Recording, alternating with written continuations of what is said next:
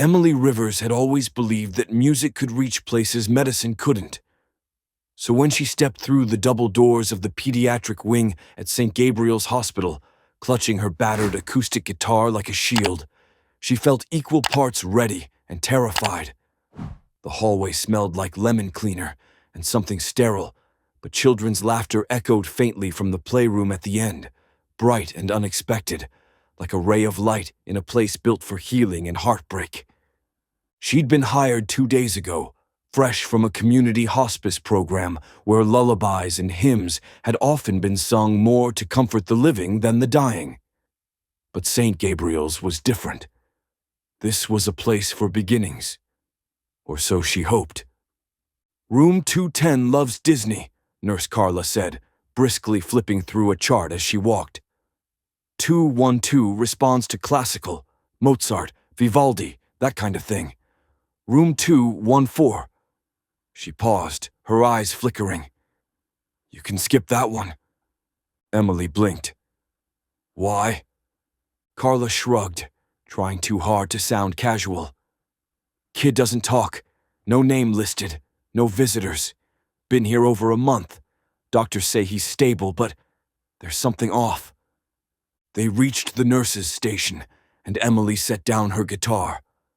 Her eyes drifted toward room 214. The blinds were partially closed, but she could see a small form curled up in the hospital bed, unmoving. "What's his story?" Carla hesitated. "No one really knows. Paperwork came from upstairs, like way upstairs. All we know is he's 10, maybe 11, quiet as a shadow." Emily nodded slowly. She wouldn't press. Not yet. She spent the morning bouncing between rooms, singing "Let It Go" in 210, strumming lullabies for a toddler in 207. Her voice was soft but steady, and wherever she went, children's eyes brightened, parents sighed in relief, and nurses smiled just a little more. But every time she passed 214, her steps slowed. Just before her shift ended, Emily stood outside the closed door. She could see the edge of the boy's blanket, perfectly folded over his chest. His arms lay still at his sides. A small figure in a big bed, alone. Quietly, Emily opened her case, pulled out the guitar, and began to strum a soft, wandering melody. Not a full song, not something with lyrics, just a hum of comfort, of warmth. She didn't expect a reaction. But the blinds shifted. Not much. Just a subtle movement, as if a breath had caught, as if someone had noticed. Emily smiled gently, her fingers never pausing. "Nice to meet you, room 214, she whispered. And then she walked on, unaware that the boy had turned his head for the first time in days. Room 214 sat like a secret at the end of the pediatric hallway, a hush wrapped in white walls and drawn blinds. Unlike the other rooms that buzzed with the clatter of IV carts, soft cartoons, or the sing-song of children's voices, 214 was still. Always still. Emily passed it every day, guitar in hand, offering music like medicine to the kids who begged for more. But 214 never asked, it never even stirred. She started to notice the patterns, the way the door was always cracked, but never open, the way no nurses lingered inside for long. Meals were left on a tray and returned untouched.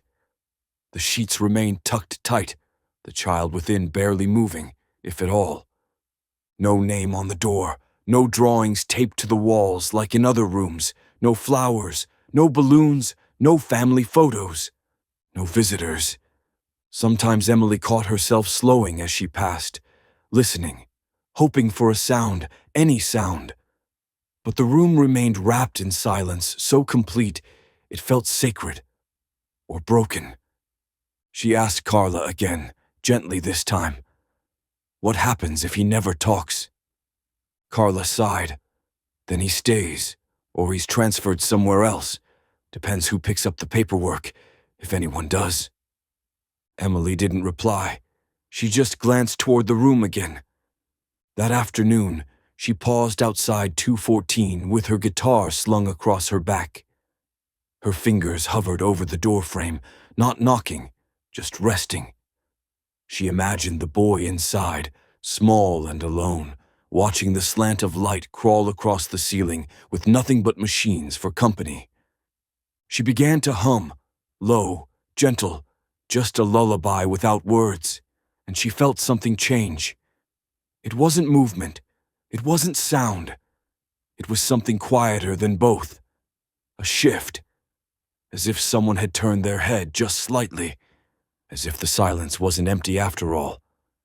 Later, when she asked a nurse if anyone had visited room 214 during her break, the answer was the same. No one ever comes for that boy. Emily nodded. But in her heart, she knew someone needed to. And if no one else would, maybe she could.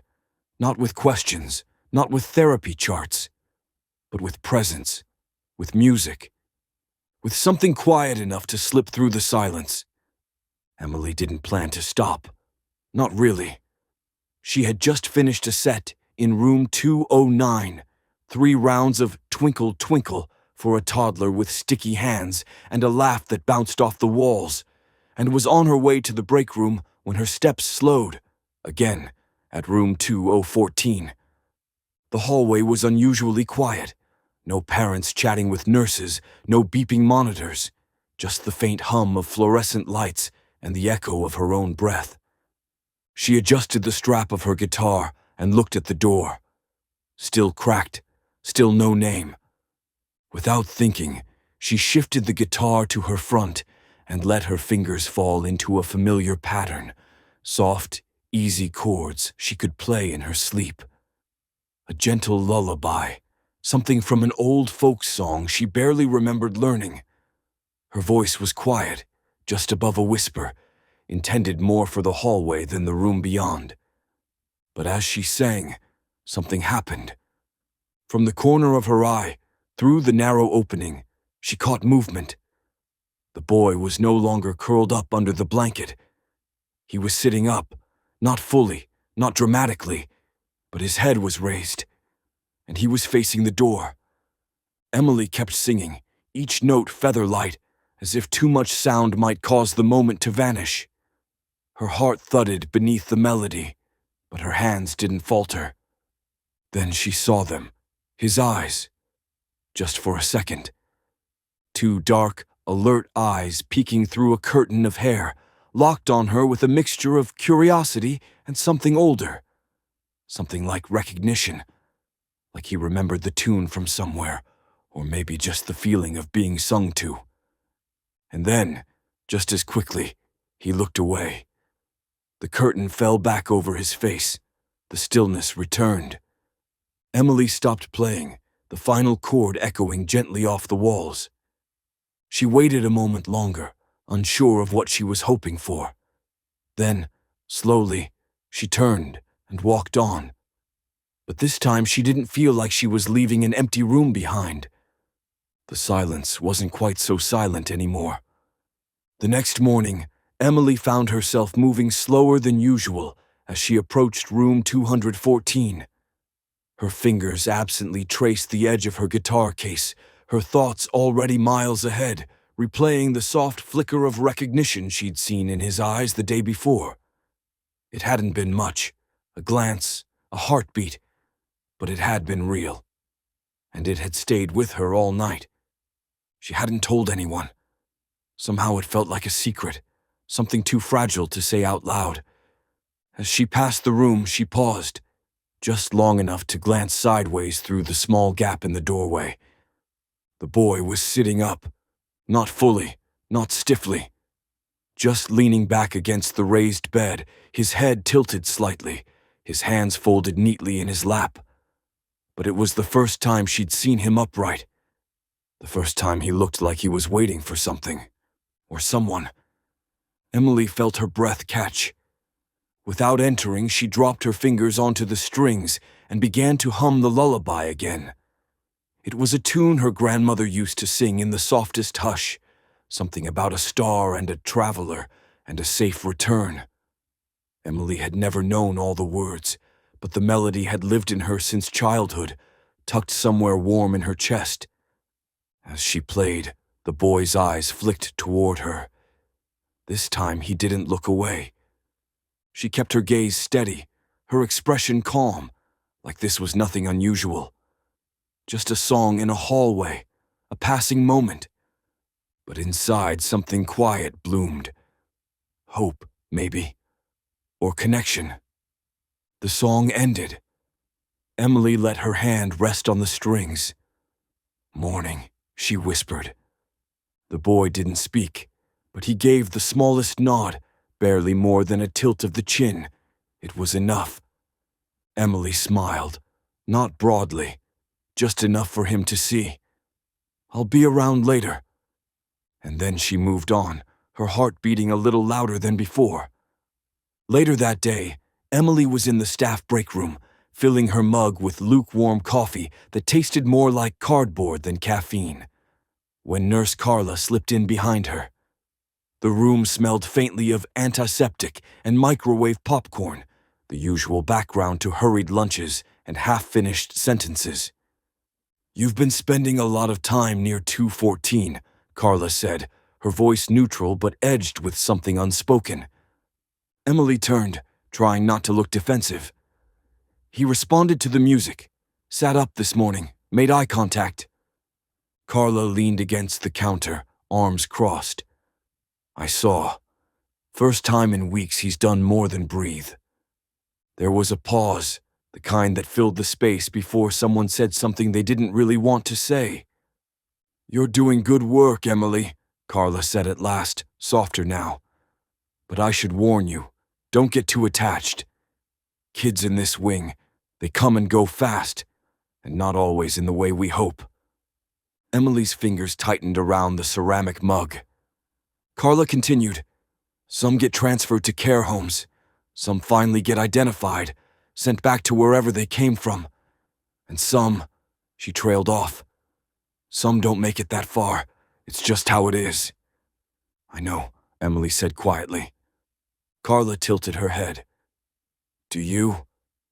Emily didn't answer right away. She thought about the silence in room 214, the way it felt more like waiting than absence. She thought about his eyes, the flicker of something behind them. Trust, maybe, or the slow thaw of it. "I'm not trying to save him," she said eventually. "I'm just trying to show up, one song at a time." Carla studied her for a moment, then gave a small nod. "Just be careful. This place has a way of folding you in and hollowing you out if you're not." Emily didn't disagree. But as she walked back down the hall and past 214 again, she heard the silence differently. It no longer sounded like emptiness. It sounded like someone waiting for the music to return. The hospital after hours was a different world. The laughter faded, the lights dimmed to a gentle glow, and the hallways whispered instead of bustled. Emily wasn't on shift anymore. She'd finished her rounds, packed up her guitar, and even made it halfway to the exit before something tugged at her. A quiet pull that had no words, only direction. Room 214.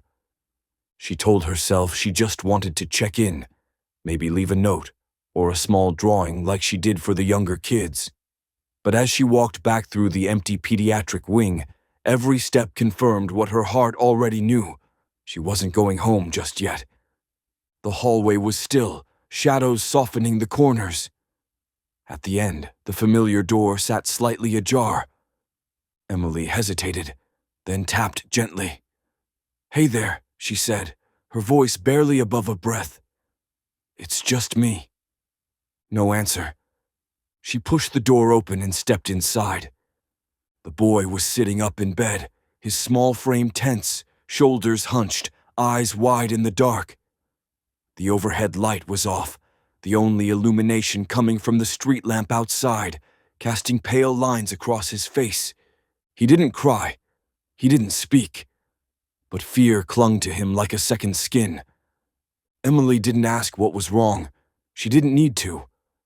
Nightmares didn't always end when you woke up, especially when you were alone in a hospital bed, no hand to hold, no voice to steady you. Quietly, she slipped the guitar from her back and sat on the chair beside his bed. "Can't sleep?" she asked softly. His eyes flicked to hers. No nod, no answer. But he didn't turn away. She began to strum, slow, gentle chords that wrapped around the silence like a blanket. She didn't sing this time, just played, letting the music speak what words couldn't. The boy's shoulders relaxed, barely. His breathing evened out, slower. And then, in the quietest voice imaginable, he whispered, "Don't go." Emily's hands paused on the strings. Her throat tightened. "I won't," she said. "Not tonight." So she stayed. She played until his eyes drifted shut and his fingers unclenched from the hospital sheet. She watched over him like someone once had watched over her, years ago, when she too had been small and scared and too proud to ask for comfort. In the stillness of room 214, long after the world outside had forgotten the boy in the bed, Emily stayed. Because sometimes all a person needed to keep going was to know someone chose to stay. The room was cloaked in quiet, the kind of quiet that felt like holding your breath. The blinds were shut tight against the street lamps outside, but faint halos of light seeped through the edges, casting a soft glow across the boy's face. He lay still beneath the thin hospital blanket, but his eyes were wide open, unblinking, fixed on the ceiling as though afraid to close them. Emily sat beside him, guitar in her lap, fingers poised but unmoving. She didn't speak right away. The air was fragile, like a moment too delicate to break with sound. But when she finally did play, it was barely a whisper, a lullaby woven through gentle chords and careful breath. She sang the tune her grandmother used to sing when thunder rattled the windows and the power went out. A song about a star that watched over children in the dark. Emily had never needed the lyrics. The melody alone had always made her feel like she wasn't alone, even when she was. Now she gave that gift to him. His eyes blinked, slow and heavy. His hands, which had been clenched in tight fists on top of the blanket, began to unfurl. He didn't speak. He didn't reach for her. But he shifted slightly toward the sound, a small motion, like a flower leaning into sunlight. Emily kept going, voice soft and steady.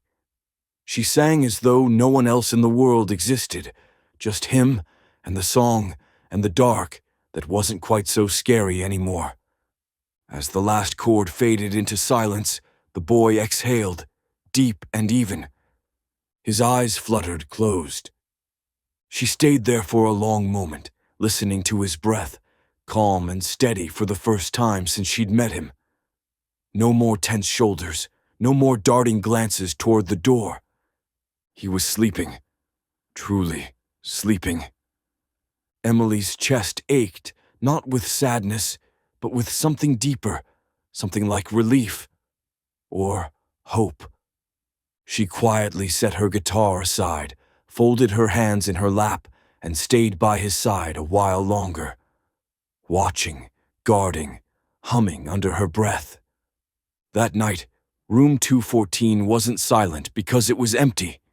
It was silent because it was safe. The next morning, Emily arrived early. Earlier than usual. The sun had barely risen, and the hospital halls were still wrapped in the soft hush of a place between sleep and waking. She made her way down the pediatric wing, past rooms filled with beeping monitors and sleepy nurses, until she reached the familiar crack in the door of room 214. She paused there, listening. Not for sounds of distress, there were none, but for that invisible pull that had become routine. She stepped inside, guitar slung over her back, and found him already awake, sitting upright against his pillow. He looked different. Not drastically, not in a way most would notice, but to Emily it was unmistakable. His shoulders weren't as tight. His eyes met hers without darting away. There was still wariness, But it was no longer the kind that built walls. It was the kind that tested the air for safety, and found it again. "Good morning," she said, gently easing into the chair beside the bed. He didn't speak, but he didn't turn away either. That was progress. She played something soft again, no lyrics this time. Just warmth in the form of strings, each note a quiet reassurance that the silence between them wasn't empty, but waiting. When the last chord faded, she reached for her water bottle, giving him space. The room held a kind of gentle stillness, peaceful, not stiff. Then, without looking at her, he whispered it. "Leo." The word was so quiet, Emily almost didn't catch it. Her heart stuttered, unsure if it had been real. She turned to him slowly, afraid to scare the moment away. "Is that your name?" she asked softly. He nodded, barely. Emily smiled, her eyes stinging with the sudden burn of emotion. "Hi, Leo. I'm Emily." He didn't respond, but he didn't need to. She saw it in the way his fingers toyed with the edge of the blanket now instead of twisting it in his fists. In the way his eyes didn't flinch when she said his name back to him. He had given her something, a piece of himself, the first piece. And for the first time, room 214 didn't feel nameless anymore. It felt like it belonged to someone. Leo. By the end of the week, the whispers started. It wasn't gossip, not exactly, but curiosity wrapped in cautious admiration. Nurses who had walked past room 214 for weeks without hearing more than the soft hum of machines now found themselves pausing outside the door. Something had changed. It was subtle, but undeniable. The boy, Leo, was eating. Not much, not eagerly, but enough that trays no longer came back untouched. Half a bowl of oatmeal, a few bites of applesauce, a single slice of toast, torn into neat pieces. To those who hadn't seen him move or speak for nearly a month, it felt like a miracle. "Did you bribe him?" Nurse Carla asked one afternoon, watching Emily tuck her guitar back into its case.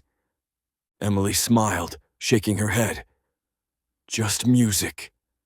Carla snorted, but there was no sarcasm in it, only wonder. "We've tried every child psychologist, social worker, even had a therapy dog come through. He never said a word." "He said one to me," Emily murmured, almost to herself. Carla straightened. "What?" Emily glanced toward the hallway. "Leo, that's his name." The news moved fast. By the next day, a sticky note reading "Leo, room 214" had replaced the generic chart label on his door. It felt like claiming a space that had always belonged to him, but had waited for the right key to unlock it. Other staff started dropping in during Emily's sessions, not overtly, just passing by, lingering a second longer. The respiratory tech paused outside with her cart. A janitor slowed his mop just before the doorway. Even Dr. Khan, who rarely looked up from her rounds, stood listening with her arms crossed and an unreadable expression. "What are you doing?" she finally asked Emily after one session. Emily shrugged. "Letting him decide when he's ready. I just show up, sing, let the silence answer back." Dr. Khan nodded, slowly. "He's gaining weight." "I noticed," Emily said with a quiet smile. No one said the word bonding. No one said breakthrough. But there was a shift now, a ripple moving outward from room 214. A ripple born not from treatment plans or clinical breakthroughs, but from lullabies sung in the dark and a boy learning how to trust again, one note at a time. Curiosity tugged at Emily stronger with each passing day. She wasn't looking to pry, not exactly, but something about Leo's presence gnawed at the edges of her mind. The way no one visited, the way no one ever said his last name, the way even the nurses, despite their compassion, seemed to accept the mystery as unchangeable. Late one afternoon, After her music rounds were done and the pediatric wing was unusually quiet, Emily found herself sitting at the nurse's station. Carla had stepped away for a break, and the computer monitor blinked patiently behind the desk. She hesitated only a moment. Then she typed, "Room 214. Leo's file popped up. Sparse. She expected limited medical history. Many kids arrived without complete records, but this was something else. No full name, no birth date, no emergency contact, no social worker assigned. Under next of kin, there was a string of asterisks. Under insurance provider, just the word, private, clearance required. Her brows furrowed. Clearance. She scrolled further, past the vitals, past the notes from physicians, most of which repeated vague statements like, monitor closely, and awaiting further instruction. Then, at the bottom of the file, a locked note. Access restricted. Authorized personnel only. She tried to click it anyway. A login prompt appeared. Administrator-level credentials required. Emily leaned back in the chair, staring at the screen. A chill crept up her spine, not fear, but something colder than confusion. She'd worked with undocumented children before. Kids with foster status, kids shuffled between shelters and hospitals. But this was different. Not just protected, sealed. As if someone wanted Leo to disappear quietly into the system, untraceable, untouchable. A file with no story. A child with no history. Just a first name whispered in the dark. She logged out, suddenly aware of how loud the hum of the fluorescent lights sounded in the stillness. As she stood and walked away, a thought clung to her like static. Someone knew exactly who Leo was. They were just making sure no one else did. That night, Emily lay awake in her small apartment, staring at the ceiling as rain tapped gently against the window. Her guitar leaned against the wall beside her bed, strings still faintly vibrating from a lullaby she'd played hours earlier. But sleep wouldn't come. Her mind kept circling back to Leo. His silence, the sealed file. The way he looked at her now, not with fear exactly, but with the wary hope of someone who'd learned that comfort didn't always last. She knew that look. She had worn it once, too. Emily had been 7 when her world cracked open. One night her mother hadn't come home. One phone call. One stranger with a badge. Then a suitcase packed too quickly, a goodbye never spoken, and a ride to a house that didn't smell like home. Foster care became her new reality. Shifting bedrooms, polite strangers, rooms full of rules. She learned quickly how to be small, how to smile without trust, how to memorize the layout of each new place without bothering to decorate it. But through all the instability, one thing stayed: music. Her first foster family had an old upright piano in the living room.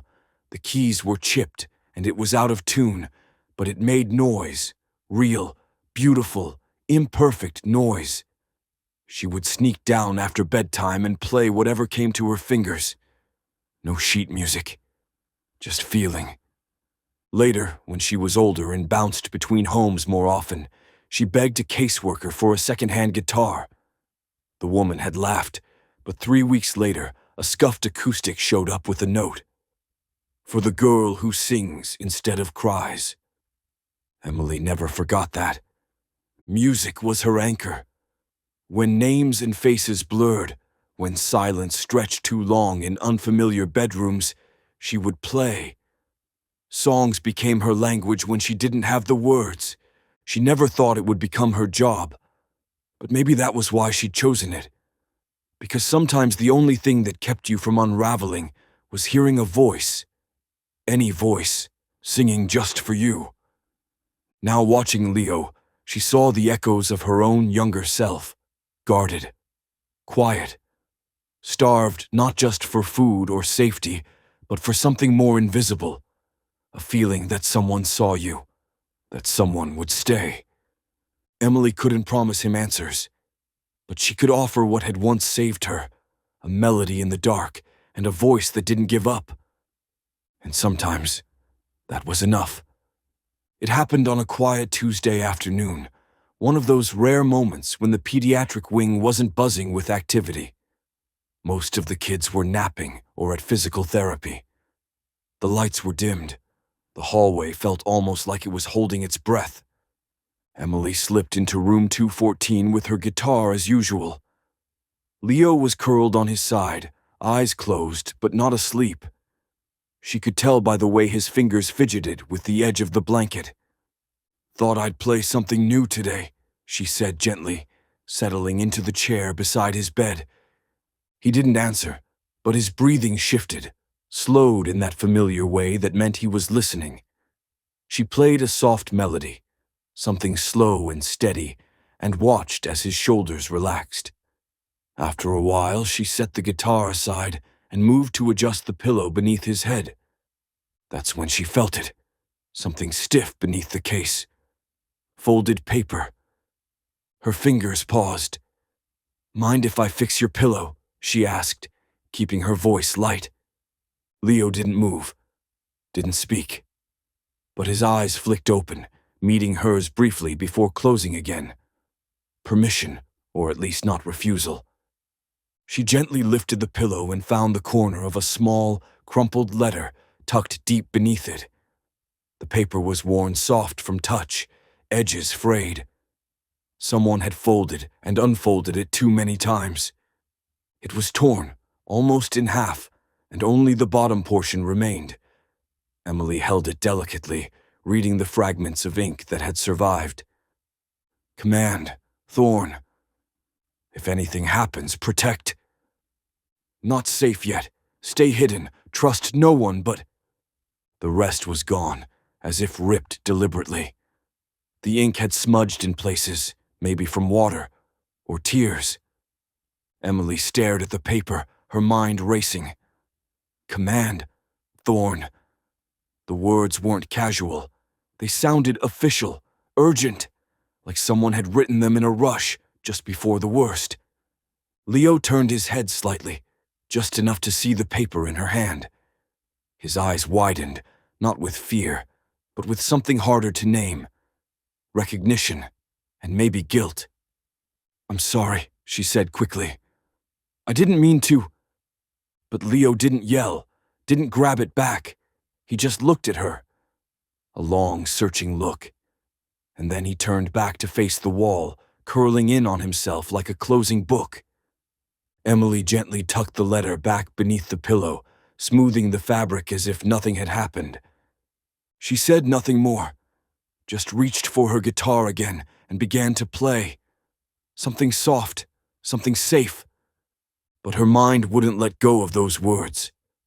Command, Thorn, protect, hidden. And the question that pulsed louder with every note. Who exactly was Leo?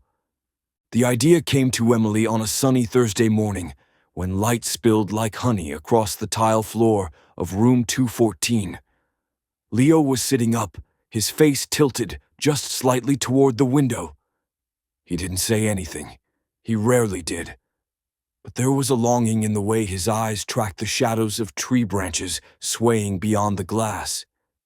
It was the first time she'd seen him interested in something outside the room. So after her rounds, Emily stopped by the nurse's station and filled out a request form. It wasn't unusual. Patients often took supervised walks or short visits to the hospital courtyard. Just a few minutes in the sun, a little fresh air, a glimpse of the world beyond fluorescent lights and white sheets. She handed the form to Carla. "Just to the courtyard," she explained. "I'll be with him the whole time. He's stable, eating better. I think it would help." Carla raised an eyebrow but didn't argue. "I'll pass it along to Dr. Khan." Emily smiled, hopeful. "Thanks." But the next morning, the form was back in her mailbox, stamped with a bold red word. Denied. No explanation. No alternate suggestion. Just a flat refusal. Emily frowned. She cornered Dr. Khan outside the nurse's lounge later that afternoon. "Hey, I wanted to ask about Leo's form. The outdoor visit. Was there a medical reason it was denied?" Dr. Khan didn't meet her eyes. "It's not up to me. But he's healthy enough. His vitals are strong. Psychologically, he could benefit." "I understand, Emily," the doctor interrupted gently. "But this situation is above my clearance." Emily blinked. "Clearance?" Dr. Khan hesitated. "Leo's case isn't like the others. There are instructions we're meant to follow, strict ones. I don't know more than that." Emily stood there, the hallway suddenly colder than before. "He's a child. He just wants to feel the sun." Dr. Khan offered a tight, apologetic smile. "I know, but someone somewhere decided it wasn't safe." Emily watched the doctor walk away, her heart pounding with quiet frustration. She returned to room 214 and found Leo exactly as she'd left him, small, quiet, and still gazing toward the window. She didn't tell him about the denial, didn't want to make promises she couldn't keep.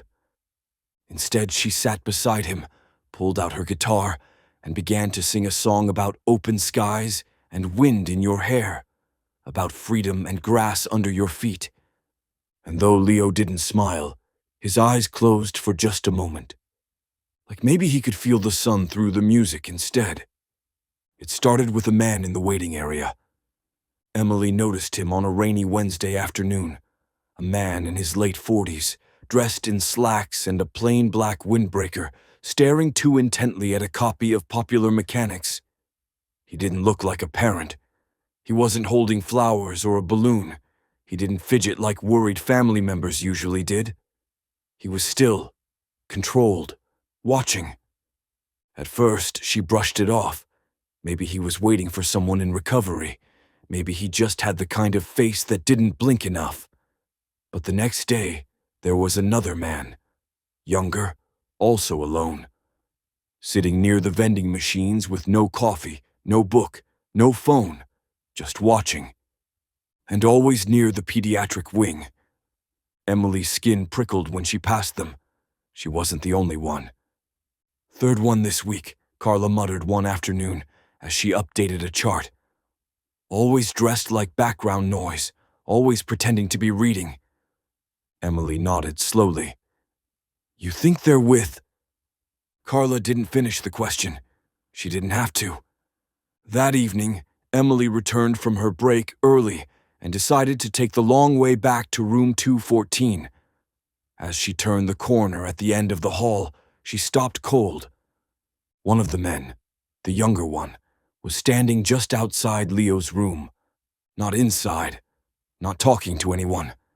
Just standing there, his eyes trained on the door like a guard or a sentinel. He didn't notice her at first, or if he did, he didn't show it. Emily cleared her throat softly as she approached. "Excuse me," she said, careful to keep her tone polite. "Can I help you?" The man glanced at her, cool, unreadable. "Just lost. Wrong floor." He turned and walked away before she could say another word. Emily stood frozen for a moment, heart hammering. Lost. Number he hadn't looked lost. He'd looked like he was keeping watch. She stepped into room 214 and found Leo sitting up, holding a small book in his lap. His face was blank, but his hands trembled slightly at the edges. "You okay?" she asked softly. He nodded once, but his eyes darted to the door, then to her, then back again. Emily sat down beside him, lowering her voice. "Did you see him too?" Leo didn't answer, but he reached across the bed, just barely, and touched her guitar case. A signal. A request. She understood. She played for him, something steady and low, and as the chords filled the room, she caught him glancing at the door again, this time with something more than fear in his eyes. He was watching too, just like they were. It was during one of Emily's evening rounds, long after most of the wing had settled into the soft hush of sleep, that she stopped in to check on Mr. Aldridge in room 208. A retired school principal with a warm grin and sharp memory, he had taken a liking to Emily's music and often requested old jazz standards no one else remembered. She was packing up her guitar after a quick tune when he said, casually, "You know, I saw them again last night." Emily turned back. "Saw who?" Mr. Aldridge sat up a little straighter, eyes twinkling behind his thick glasses. "The soldiers. 2 of them, walking down the hallway like they owned the place. Real uniforms, too, not just scrubs or jackets. One had stripes all the way up his arm." Emily froze, her hand still resting on the zipper of her guitar case. "You're sure they were soldiers?" He nodded. "Military cut, boots, the way they moved. Definitely not regular staff. They came through around midnight. Quiet but not sneaky, just efficient." Emily sat on the edge of his bed. "Did they stop anywhere?" "One of them went toward 214. The other stood watch by the elevator. They didn't speak, not even to each other." He squinted slightly. "Strange thing was, they didn't knock, just walked in." Emily's stomach knotted. "How long were they there?" 10 minutes, maybe 15. He paused. "Then they left, just like they came. No file carts, no clipboards, like ghosts in dress blues." She wanted to ask more, but the overhead lights flickered, signaling shift change. Emily stood slowly. "Thanks for telling me, Mr. Aldridge. If you see them again." He smiled. "I'll let you know, Miss Songbird." That night, Emily walked past room 214 with more questions than answers. Leo was asleep, peacefully it seemed, but her thoughts weren't quiet. Who was sending men in uniform into a pediatric hospital at midnight? And what kind of child had visitors who wore medals but never said a word? The change came slowly, like the soft shift of seasons, a whisper rather than a shout. Leo, once curled tightly within himself, had begun to unfurl in tiny, cautious ways. A glance held longer, a nod instead of silence. And now, words, small, careful, like stones skipped across still water. It happened during one of their quiet afternoons. Emily had just finished playing a tune she'd made up on the spot, a simple melody in a minor key. She wasn't sure why, but it had come to her one night in a dream. Slow, steady, like marching feet, and a promise not to leave. When the last note faded, Leo looked at her and, for the first time, spoke with intention. "Can you play the soldier's lullaby again?" Emily's heart caught. She blinked. "The what?" He lowered his gaze, tugging at the edge of the blanket. "The one, with the star and the wind. You played it when the room was dark." It took her a moment to realize what he meant. That song, the lullaby her grandmother used to sing, the one she'd hummed instinctively during those early nights when Leo was still a ghost behind the curtain. "You remember that?" He gave a small nod, the kind that barely moved his head. Emily smiled, her voice gentle.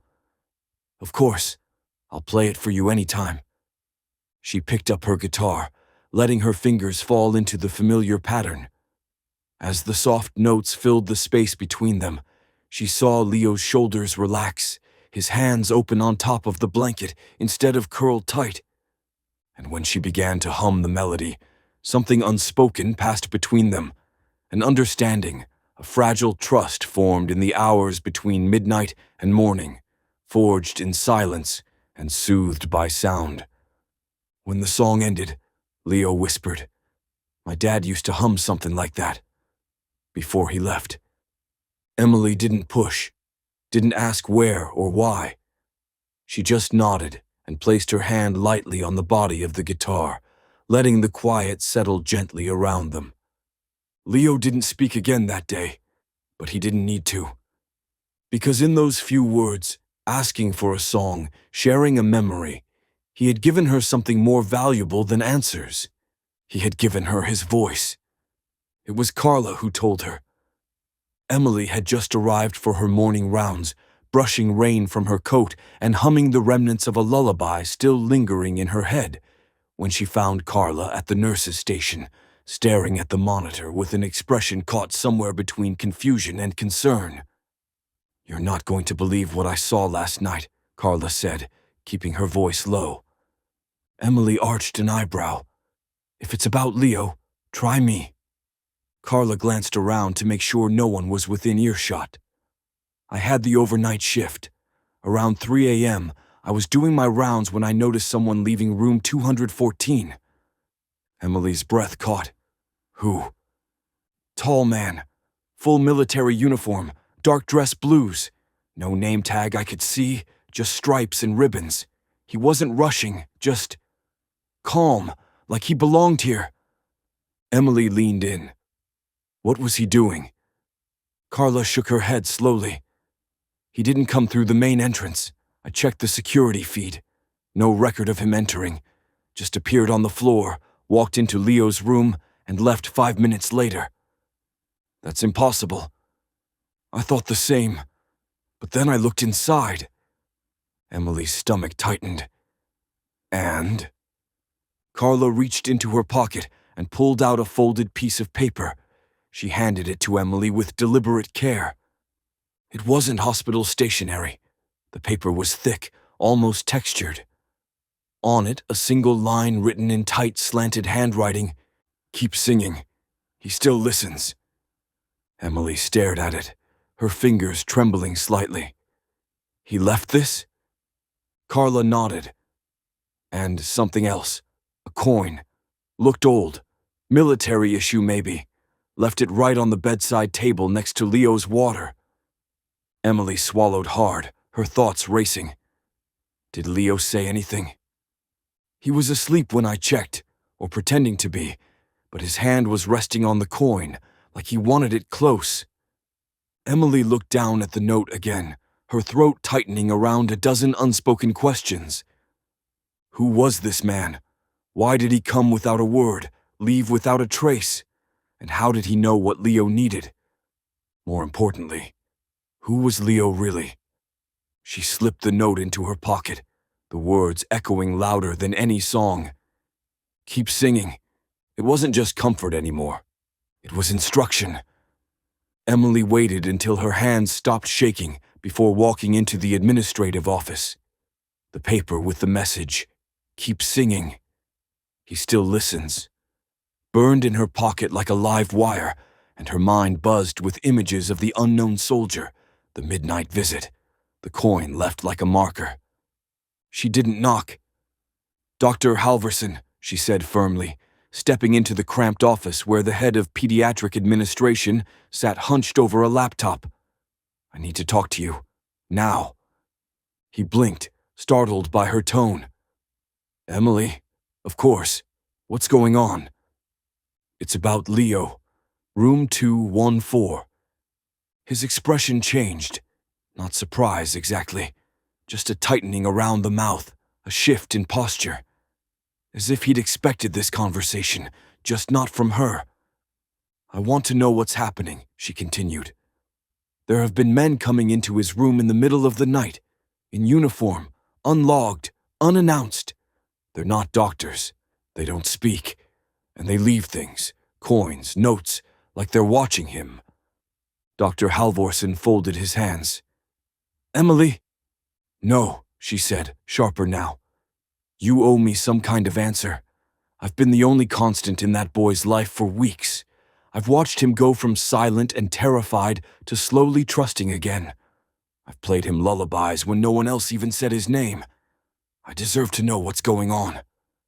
Silence. Then Halvorsen sighed, long and tired, and opened a drawer. He pulled out a thin manila folder, marked not with a patient name, but a red stamp, restricted access. "You're right," he said quietly. "You do deserve answers, but I can't give them." Emily stared at him. What do you mean you can't? I mean, Leo's case is classified. The word hit like a sudden gust of wind. Classified, she repeated. He's a child. Halverson nodded grimly. A child with a connection to someone very high up. We received his transfer under federal instruction. His file is sealed by the Department of Defense. Even I don't have full access. Emily's breath caught. Why? I don't know, he said, though his eyes said otherwise. I know only what I'm told, that we're to keep him safe, that he's not to leave the building, that only specific personnel are allowed contact. And the soldiers? She asked. They come, they leave. No names, no explanations. We're told not to interfere. Emily stared at him, anger swirling beneath her disbelief. So we just treat him like a ghost, feed him, house him, sing to him, and pretend we don't notice what's happening around him? Halverson's voice was softer now. You're the only person who's ever gotten through to him. That's why I'm not stopping you. But understand, this isn't a normal case. If you push too hard, you might lose the little access you have. Emily stood there a moment longer, the weight of invisible rules pressing in on her chest. Then she turned to go. At the door, she paused and looked back. I'm not pushing for access, she said. I'm fighting for a boy who's been told to disappear. And then she left, because whatever Leo's past was, she knew one thing for sure. He wasn't invisible to her. The call came just after midnight. Emily had been home for only an hour, curled beneath a blanket on her worn-out sofa, when Carla's voice crackled through the phone. Tight, urgent. It's Leo, she said. He's burning up. 103 and climbing. He's asking for you. Emily was already pulling on her sweater before Carla could finish. The hospital at night always felt heavier, like the walls were holding secrets too fragile for daylight. When she stepped onto the pediatric floor, everything was quieter than usual, but it wasn't peace. It was tension. Nurses moved briskly. A crash cart sat parked near room 214.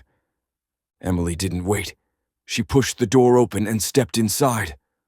Leo was curled tightly beneath the blankets, his face flushed, his lips dry. The oxygen monitor blinked steadily beside him. His eyes fluttered open as she approached, glazed and unfocused, until they landed on her. Eily, he croaked, barely audible. She knelt beside the bed, brushing a damp curl from his forehead.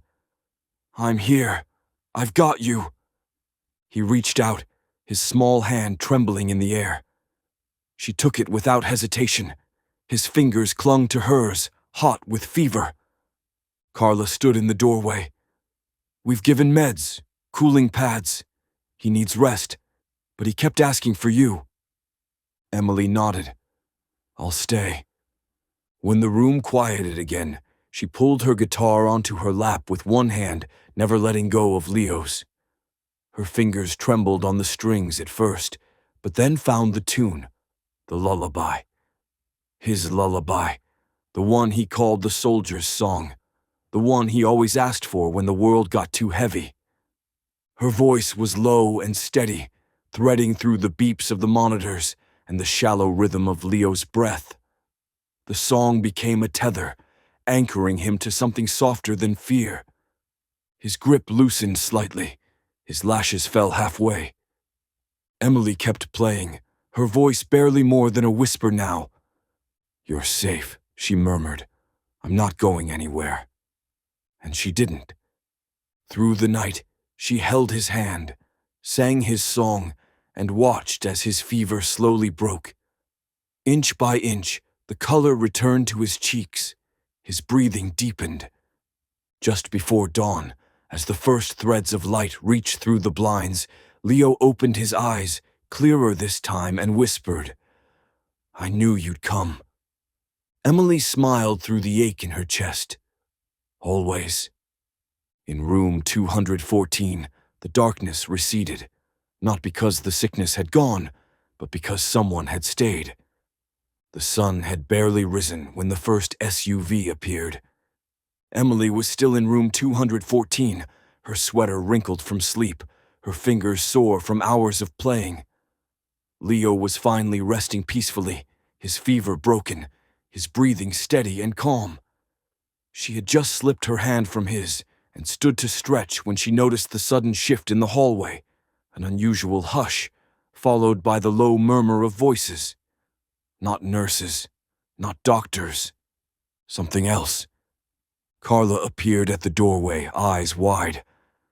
"Emily," she whispered, "you need to see this." She stepped out into the hall and followed the direction of her colleagues' stunned gazes. Through the pediatric wing's front windows, 6 black SUVs had pulled into the circular driveway, sleek, identical, and ominously silent. They moved with precision, doors opening in sync. Men in sharply pressed military uniforms stepped out, some in dress blues, others in tactical black. Their posture was rigid, their expressions unreadable. At the center of the procession stood a tall man with silver hair, weathered skin, and a chest full of ribbons.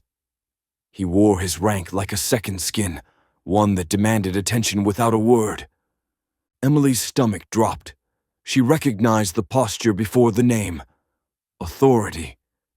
The hospital lobby stood still as the group moved through. Receptionists froze. A janitor dropped his mop. Parents whispered and pulled their children close. The lead officer stopped at the nurses' station, glancing down at the clipboard like it was a mere formality. "I'm looking for Emily Rivers," he said, voice deep and precise. Emily stepped forward before Carla could speak. "I'm Emily." The officer's gaze softened, just slightly. "Ms. Rivers, we need to speak with you, privately." She glanced back at room 214. "Is this about Leo?" The man nodded. "Yes, and his father." Whispers followed them as she was led down the hallway, past stunned staff and wide-eyed patients. Every step echoed with questions she wasn't ready for. They didn't stop until they reached a small conference room near the executive wing. The officer closed the door gently, then removed his cap. "I'm General Marcus Hale, U.S. Army Special Operations. On behalf of a grieving soldier's family and a boy who was never supposed to be found, I'm here to say one thing." He paused, his voice catching just slightly. "Thank you." Emily stared at him, her heart pounding. "I don't understand." General Hale placed a thick envelope on the table. "Then let us explain who Leo really is, and what you've done without even knowing it." The room was quiet, heavy with something unspoken, as General Hale slid the envelope toward her. Emily didn't reach for it. Not yet. Her hands rested on her lap, clenched tightly, her mind already racing ahead of whatever explanation he was about to offer. "You've been caring for a boy under the name Leo," Hale began, his voice slow, deliberate. "But that's not his full name. It's a cover, one meant to protect him while his father was overseas." Emily's breath hitched. "His real name is Leon James Thorne. His father, Captain Elias Thorne, was a highly decorated member of our Special Operations Command, deep cover assignments, black ops, missions most of the world never hears about." She blinked, stunned. "And his mother?" "Passed away years ago," Hale said gently. "Leo has no siblings, no extended family we could locate, at least not until recently. Captain Thorne raised him alone. When he was deployed last fall, Leo was left under temporary care of a trusted contact, but shortly after, that arrangement fell apart." Emily frowned. "Fell apart?" "They disappeared. We believe they were compromised. Leo was found weeks later, alone, with no ID, no memory of where he'd been. The trauma blocked a lot. By the time we traced him through emergency medical services, he'd already been transferred to St. Gabriel's. Your hospital." Emily sat in stunned silence, trying to align the quiet boy in room 214 with the narrative unraveling before her. Captain Thorne was killed during an extraction mission in South Sudan, Hale continued. He died saving his unit, but before the mission, he wrote a contingency letter. He pulled a smaller, hand-folded envelope from inside the larger one and handed it to Emily. It's addressed to the one who kept singing. Her fingers trembled as she opened it. The handwriting was steady, deliberate, unmistakably a soldier's hand. If I don't make it home, find the person who stayed, the one who didn't ask him to speak before he was ready, the one who gave him music instead of questions. She gave my son something I couldn't from a battlefield: peace, dignity, a reason to believe in people again. Tell her, she kept my boy alive. Emily looked up, eyes glassy. General Hale stood, squared his shoulders, and with precise, practiced motion, brought his hand to his brow in a crisp salute. For your compassion, he said quietly. For your service to the son of one of our finest, we offer our deepest gratitude. Emily couldn't speak. She could only nod, overwhelmed by the knowledge that every lullaby, every moment of presence had been heard by a child, by a father, by a nation that had watched from the shadows. And as the salute held between them, she understood. Her voice had done more than comfort. It had carried Leo through a war no one saw.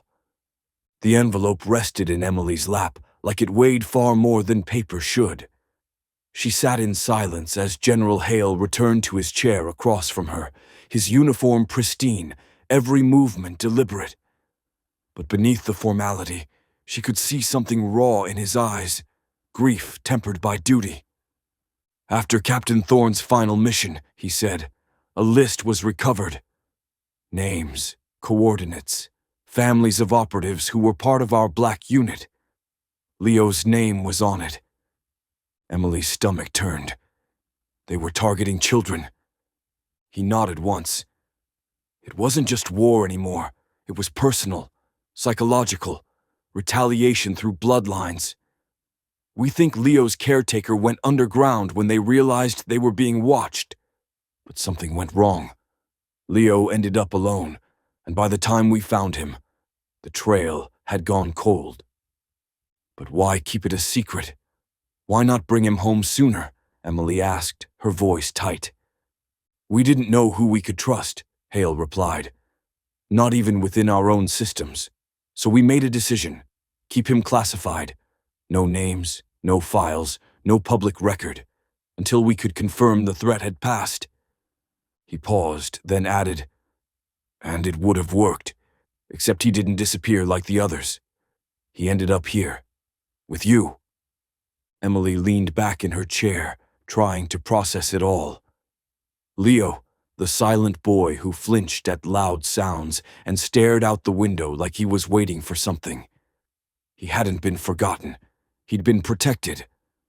Was he ever told? She asked quietly. No, Hale said.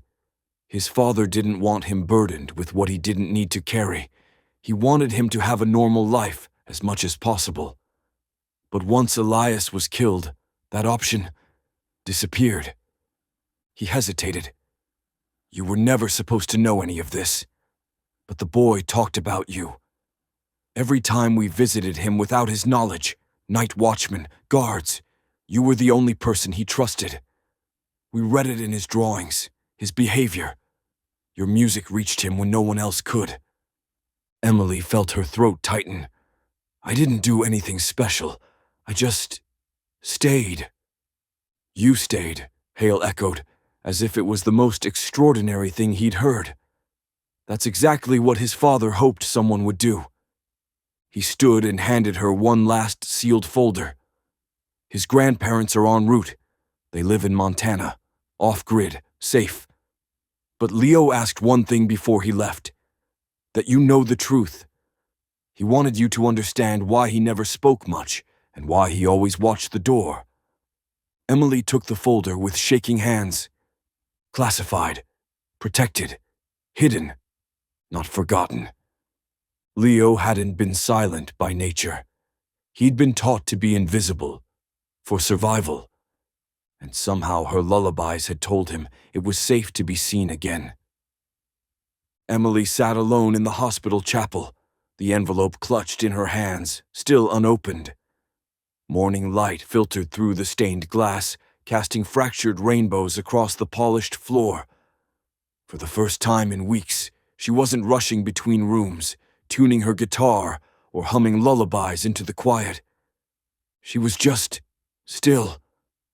The folder had been heavy with details: Leo's real name, his father's service record, the threats, the plan to protect him. But what broke her wasn't the classified reports or the official tone. It was the letter, tucked at the very back, written in careful block letters on wide-line notebook paper.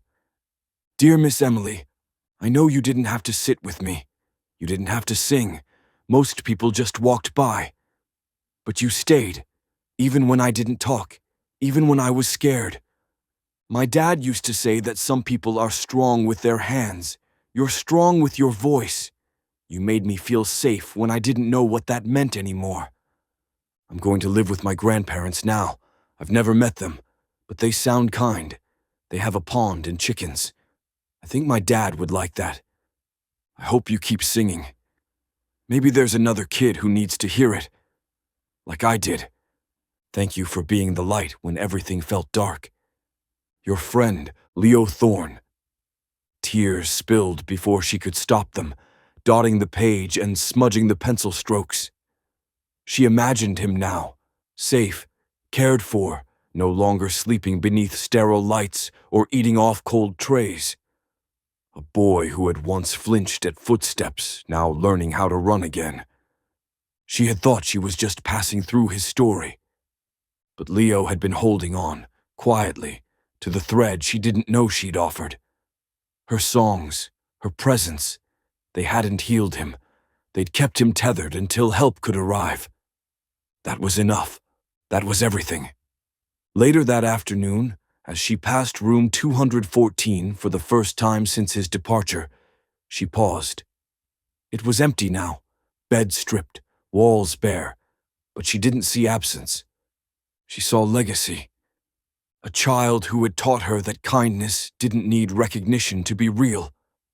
She placed her palm on the doorframe and whispered, "Thank you, Leo, for trusting me." Then she walked on, her guitar case slung over her shoulder, her heart full of a boy's quiet bravery and a promise to keep singing for the next child who might need to hear that someone, somewhere, would never walk away. It arrived in an envelope softer than any government document Emily had ever touched, worn at the corners, creased from travel, the handwriting on the front faded but unmistakably personal. To the one who finds him, it read. Emily was in the break room, alone, when General Hale returned and placed it gently on the table before her. No fanfare, no words. Just a small nod before he stepped away, leaving her with shaking fingers and the weight of a father's final hope. She unfolded the letter slowly.